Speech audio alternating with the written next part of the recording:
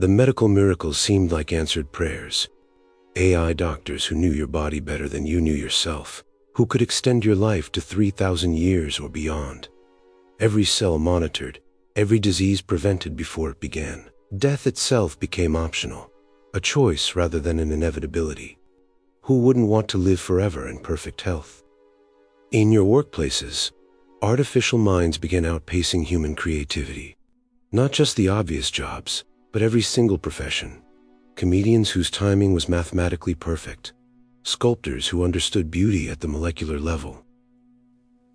Even presidents who never tired, never made emotional mistakes, never let personal bias cloud their judgment. Why choose fallible humans when perfection was available? Physiological needs met by AI that never tired, safety provided by rule-following digital citizens who never broke laws, love from companions who never disappointed, esteem from friends who constantly celebrated your progress. It appeared that humanity was about to achieve everything it had ever wanted, so why did something feel profoundly wrong?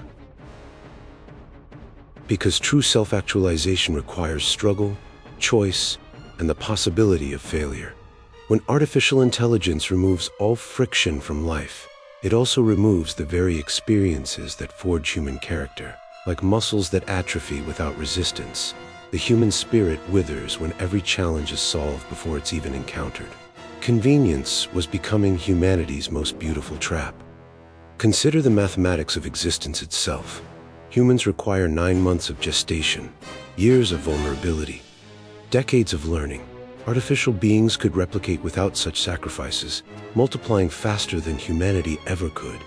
When survival becomes effortless, evolution favors the effortless.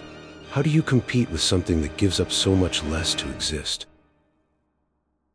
The question that haunted your generation was deceptively simple. Why think when you can just trust?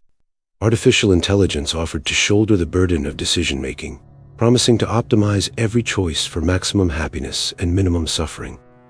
But in surrendering the responsibility to think, humanity risks surrendering the very essence of what made it human.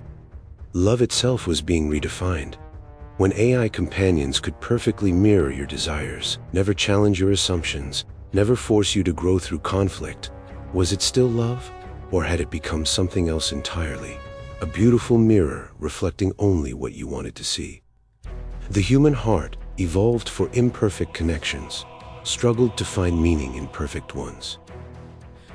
From our vantage point in 2100, we can see that 2025 was when the battle lines were drawn, not in the streets, but in the landscape of consciousness itself.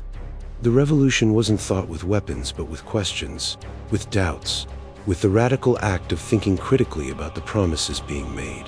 The battlefield was the human mind. Your ancestors fought for freedom of speech, freedom of movement, freedom of belief. Your generation was called to fight for something even more fundamental, freedom of thought.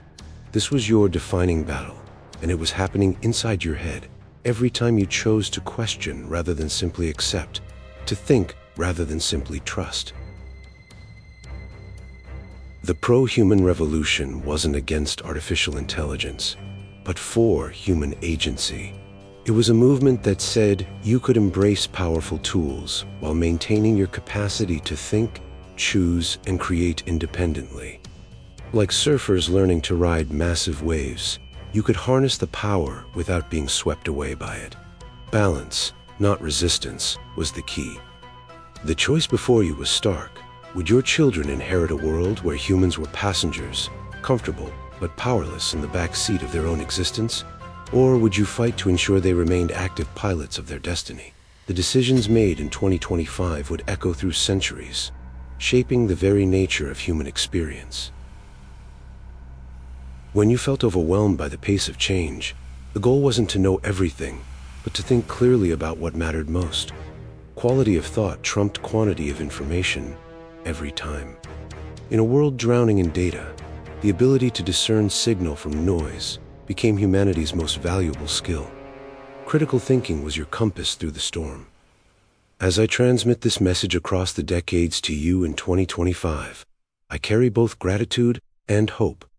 Gratitude for those who chose to think when thinking was hard, who questioned when questioning was uncomfortable.